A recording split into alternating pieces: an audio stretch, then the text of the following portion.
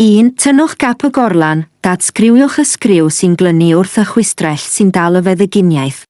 2. Mewnwsodwch y tiwb sy'n cynnwys y feddyginiaeth insulin.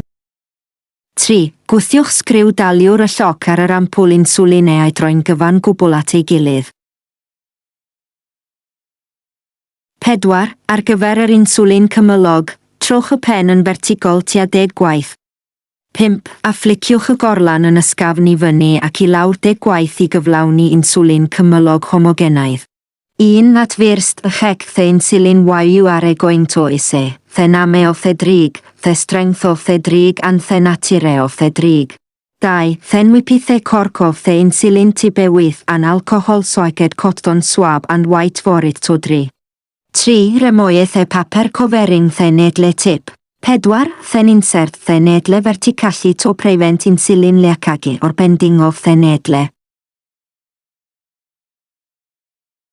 5. If you can say air bibles, ise oer finger to knock the bibles upwards. 6. When replacing the nedle with a new one, you must test whether the nedle tip is clogged or not. 7. Rotate insulin to in it, or as directed by the company.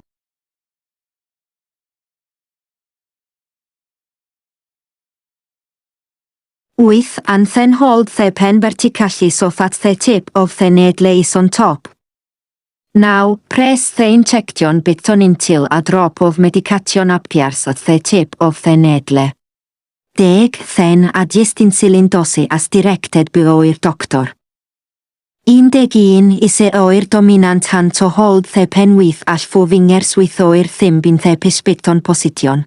12. Prick the needle perpendicular to the skin until the needle is completely closed. Slowly push down until it reaches 0 and hold it down. 13. Counting 1-5 slowly or long enough until o'r sire o'i fereceiad thefill amount of insulin you inject. 14. Then carefully put on the inner needle cap, cover the pen.